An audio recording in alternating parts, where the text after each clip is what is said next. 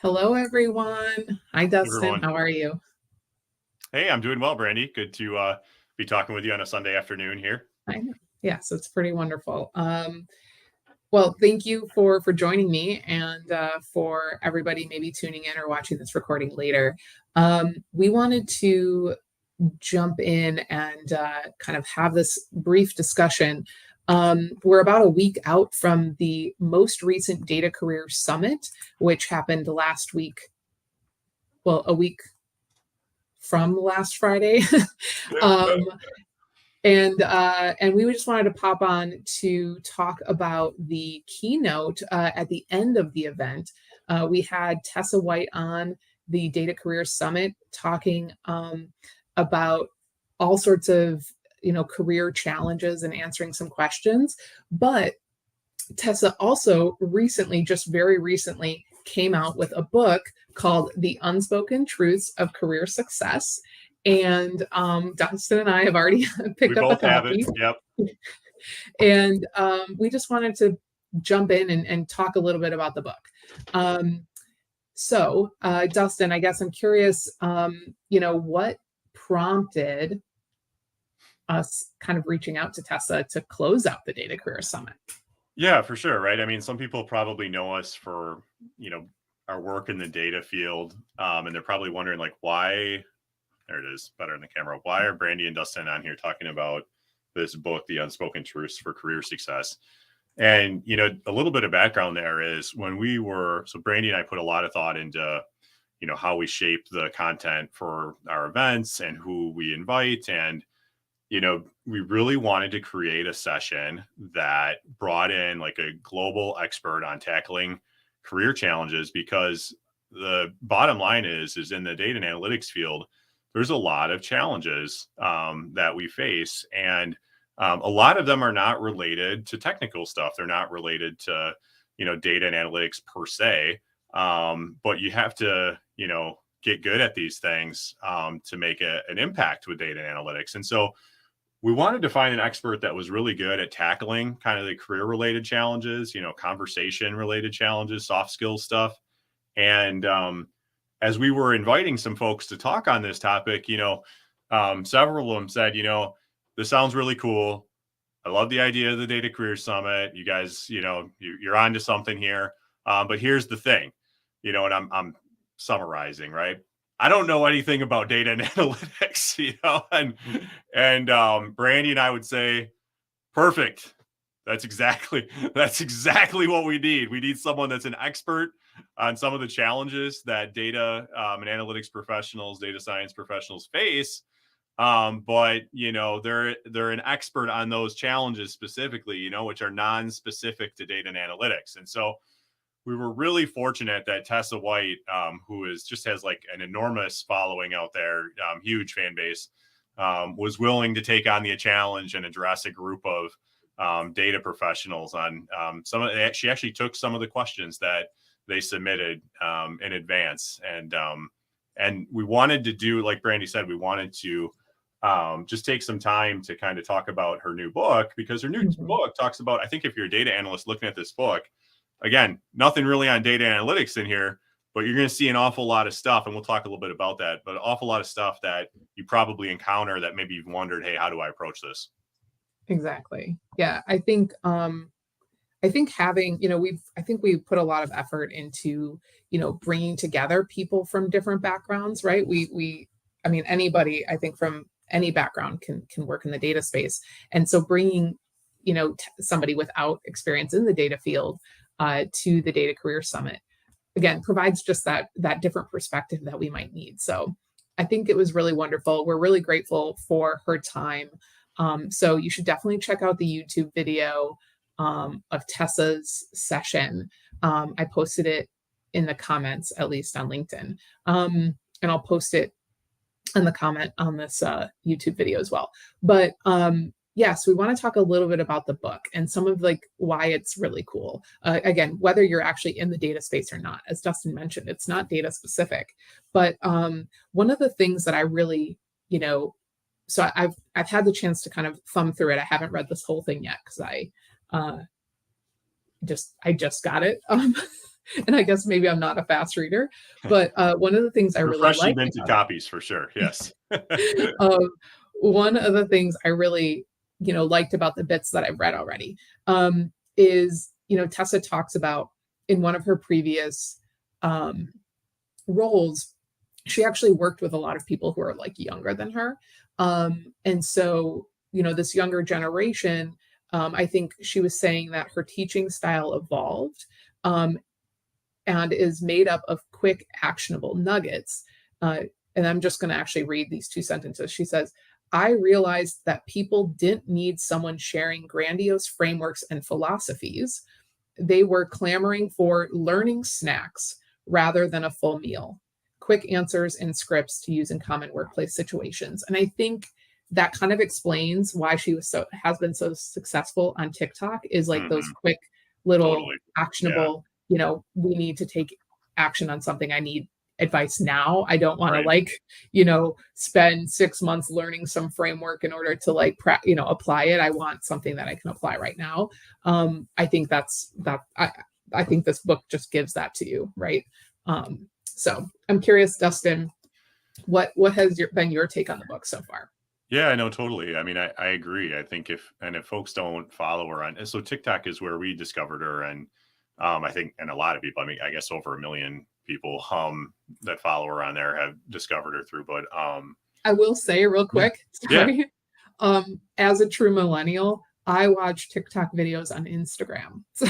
Oh wow, okay, I So didn't that's know where I that. follow her. Interesting. That's too funny. Okay, cool. Interesting. Yeah, I mean, I think what's so appealing, I think the reason why she's really exploded in popularity on those platforms is that you're right. Like, you can go. Allison said same here. But you can go there. She's one of those rare individuals that if you follow her content, like just in a minute, you can learn something from her that you can go and apply tomorrow or today or whatever, And so you talk about um, getting information for free that you can go and apply right away and make an impact with. Like that's her for sure when it comes to career related challenges, work related challenges, advice on how to tackle certain challenges in the workplace, things like that. So I would definitely recommend it. And she's really, really good at delivering that advice in that format. And her book, it's similar in a sense. You mentioned this, but the chapters are very much like it's super topical, and you can just go to, when you look through the contents, you'll see all these topics in here where there might be an issue here that maybe you're not dealing with, but maybe you're dealing with a certain one where there's a chapter, and you can just jump to that chapter, jump in, start reading about it. You don't have to read the whole book end to end. You can read each chapter when it's pertinent to you. There is something I liked, actually. So I was looking at this the other day. There's a chapter, and this goes into, I mentioned we wanted to get someone that could talk about career related challenges that wasn't in the data and analytics field. And the reason why is there's a chapter in here that's called Getting Comfortable with Conflict. And, you and I have read a ton of books on technical topics, data and analytics related topics. And, I don't know about you, Brandy, but I don't think I've seen many chapters on dealing with conflict. Right? No, right, exactly. But I feel How like it's often do you something, do you do you deal with conflict though? right. I mean, so often, I mean, and not like, always big conflicts, but just Right.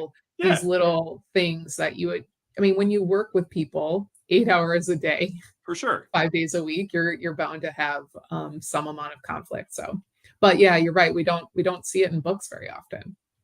No, we don't. I think especially like in the data and analytics field, let's face it, I mean, we're doing work that's relatively new, in some cases pretty impactful, pretty transformative. And I mean, I just think of the example of, you publish out dashboards or insights or something that have never been seen on a wide scale within an organization.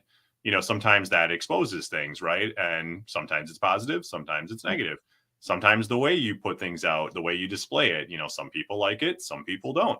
And so it's inevitable, if we're doing a good job, that we're going to create some conflict, and conflict has a negative connotation, doesn't necessarily have to. And like in Tessa's chapter on getting comfortable with conflict, she suggests that it doesn't have to have a negative connotation with it. In fact, you can actually take conflict and turn it into a positive. And I think as analytics professionals, like we have that opportunity all the time to do that. I just going to read one piece from here, excerpt that she uses to talk about conflict. She says, "Good conflict happens when two or more people are acting as partners to solve a problem." That sure resonates in our field to me. Yeah.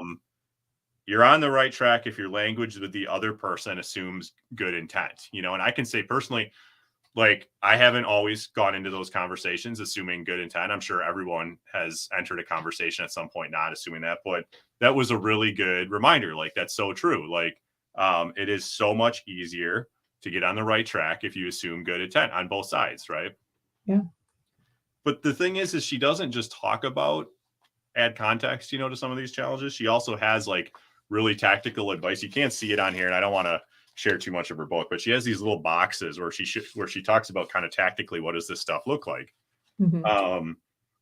She says, what does good intent look like? What does assuming good intent looks like? So it's like we just read that part that she wrote, but it's like, okay, cool, but how do I implement it? Well, here she tells you exactly how to do it. Yeah. She gives an example of a typical conversation where someone says, "Why did you change the dates on the project?" That could happen in analytics all the time, right? Change the date on a project, change the dates on a dashboard, right? Whatever. And then you might say, "There's no way we can deliver this 2 weeks earlier. I feel completely out of the loop." She's saying that's the wrong way, to approach the conversation. A better conversation might say, "I was surprised to see the dates on the project were moved up 2 weeks. There are some implications if that's the case that I wanted to make sure we discuss." And then she goes on to give some more examples. I don't want to give it all away. But I thought it's the same thing as her videos, right, Brandy? It's like, that's something you can take and apply it. I can go in Monday morning tomorrow and apply it. Yeah. Yeah. But I think to your point, right. Or maybe to Tessa's point, To Tessa's point. bringing that like good intent, kind of assuming good intent, or even just bringing that good intent when you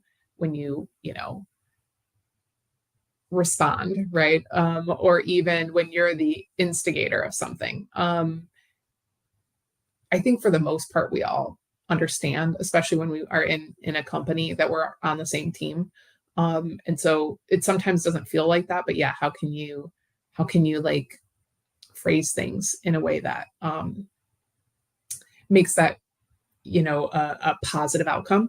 When I was kind of thumbing through and reading bits of this book, I think, it goes back to some of the things we've talked about in the Data Career Summit about, I think people think about data and analytics and it feels very like you have to have a STEM background, or you have to, like, it's very math and numbers heavy. And that isn't entirely untrue, but as we've seen, there are many people from many backgrounds who get a job in data. But a big part of data analytics is communication. And so I really love, that example that you just gave. It's the same message, but it's delivered in two different ways, and it's communication.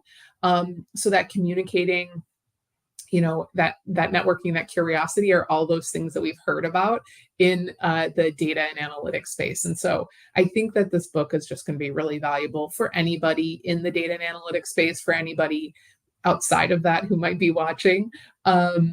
And I think what's really cool too is that Tessa actually gave us a custom link that allows you to, buy the book. But then once you've purchased the book, you can actually get bonus content as well. So I'm going to post that in the chat because I just think that's really cool. So get that bonus content. That was awesome. Yeah, she made that available to participants of the Data Careers Summit. So definitely want to say thanks again to her for doing that. It's been pretty awesome. So very cool. I'm looking at the link. Actually, I think the link broke into two. We could. Yeah. Okay. Let me see if I can post that again. We'll fix it. Short. Yeah. Yeah. Awesome. Very cool. I'm glad that we had a chance to kind of we had so much going on during the event that we didn't have a chance to carve out a certain amount of time to kind of give this our initial reactions to the book, and so that's why we wanted to kind of do another just really brief kind of 15-minute review on Tessa's content and her book, and tell you what big fans we are of it, and encourage you to go take a look at it yourself. I actually was in Barnes and Noble yesterday with my son, and he was looking at his books. I was, off looking at the ones that he thinks are boring, right? But I saw Tessa's book actually as one of the featured books at Barnes and Noble here in the Milwaukee area location that I was at, which I thought that was really cool. I was like, wow, she just spoke at the Data Career Summit, and here's her book. I also saw that I think it was her book, her picture was up in Times Square a few days ago. I know she's been in New York on a tour for her new book, and she's been posting about that like on LinkedIn and on her social media if you follow. I know. It's cool, but I got goosebumps just watching her find the book in Barnes or like seeing it on the big screen. It's so cool. It's so great for her. Very exciting. So we're just so grateful that she gave us some of her time and at the Data Career Summit. And I think, as you said, Dustin, right, we wanted to come in and mention the book, promote it a little bit, because I don't think she talked about it too much, but full of actionable insights and information. So very cool. Check it out. All right. Good talking with you. Maybe it'll be part of the Data Book Club next. Oh, there you go. When is the next one starting? I don't know yet. I guess I don't have like regular dates, but we do it every like season. So spring is coming soon. So we'll do it sometime soon. How can folks get more information on the Data Book Club? I can post a link in the chat there as well. So I run a data book club. Books about data pretty much makes sense. And we get together every once in a while to talk about books. So if you like books, I'll join the book club. Give Brandy I'm trying to point. There we go. Follow Brandy on LinkedIn too for she always posts about the latest from the book club. So that's if you're into books, that's definitely a fun one to follow. Yeah. Thanks, Dustin. I appreciate it. And thanks for hopping on. I was a part of one myself, maybe one or two actually data book clubs that you hosted. So it was a good experience. Yeah. So I think exactly. You just kind of mentioned it, but like you can join the book club and then leave and come back. It's very like on your own terms. So everybody's welcome to join. But thank you again so much, Dustin, for hopping on today on a Sunday. I appreciate it. Cool. Hopefully you all, find value in the book and share it with us. Share your lessons learned. So check it out. And take Tessa to it. I know she's very active on LinkedIn and oftentimes responds to folks that are on there. So really cool opportunity to interact with her as an author. And also she does do live sessions on TikTok where people can ask questions directly to her and she gives a response right away there live, which how cool is it to be able to do that with a, best-selling author. So that's pretty awesome. Very cool. Well, thank you all so much. We'll talk to you later. Have a great week. See everyone. Bye. Bye.